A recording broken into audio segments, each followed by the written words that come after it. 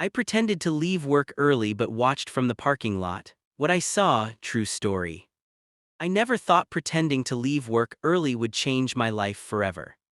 But that day it did. My name is Daniel, and for 12 years I worked at the same manufacturing company on the outskirts of town.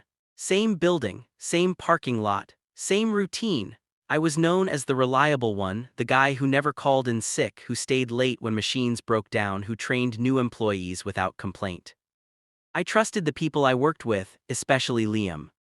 Liam had been my closest friend at work for nearly 5 years. We shared lunches, jokes, and overtime shifts.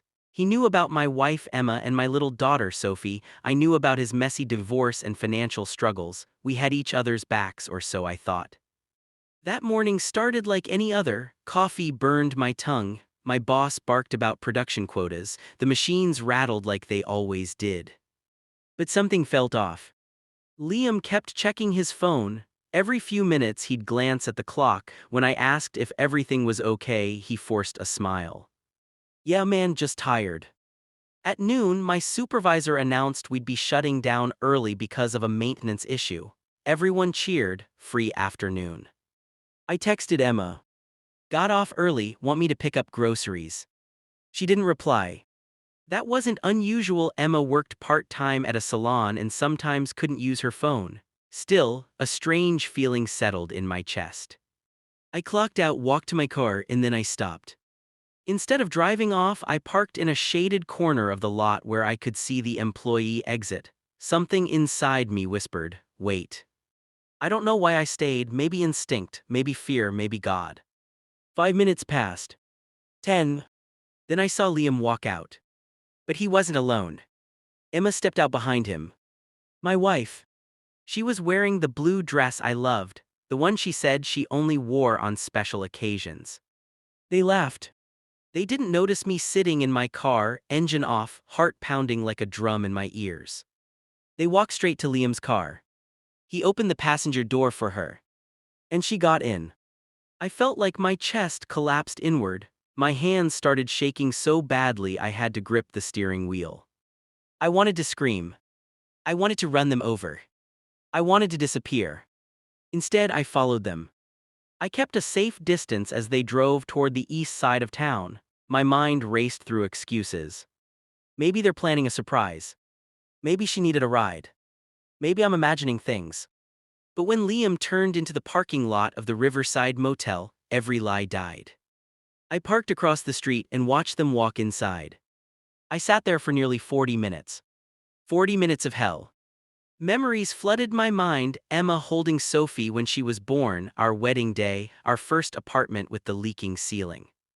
I thought about Sophie waiting at home, coloring pictures of our family. Finally they came back out. Emma fixed her hair, Liam zipped his jacket. They kissed. Right there in the open. Something broke inside me. I drove home instead of confronting them. I needed proof, I needed my head straight. That evening Emma acted normal. "How was work?" she asked. "Fine," I said, staring at the wall. She kissed my cheek and went to cook dinner. I felt sick watching her move around the kitchen like nothing had happened. That night after she fell asleep, I checked her phone. There were hundreds of messages. "I miss you. Today was perfect. He doesn't suspect a thing." My heart turned cold. I took screenshots of everything. The next morning, I went to work like nothing had happened. Liam slapped my shoulder. "Hey man, you good?" "Yeah," I said, "just tired."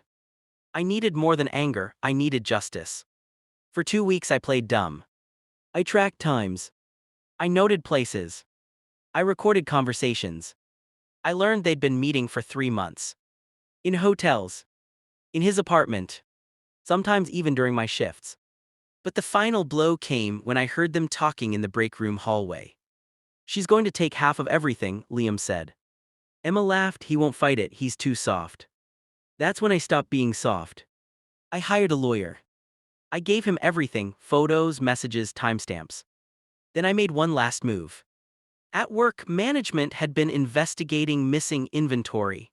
Thousands of dollars worth of tools had vanished over the past year. I knew who took them. Liam. I had seen him loading boxes into his trunk late at night. I anonymously reported him with photos. 3 days later, HR called him in. Police came too. He was escorted out in handcuffs. Emma found out that evening. She screamed when she got home. "What did you do?" I placed the printed screenshots on the table. Her face turned white. "I know everything," I said calmly, "about you and Liam, about the motel, about the messages." She tried to cry, tried to apologize, tried to blame me. "You were always working," she said. "You never listened," she said. I didn't yell. I just said, "Get your things." She left that night. The divorce was brutal, but the evidence was airtight. I kept the house. I got full custody of Sophie. Emma moved in with her sister. Liam went to prison for theft and fraud. 6 months later, Sophie asked me, "Daddy, why doesn't Mommy live with us anymore?"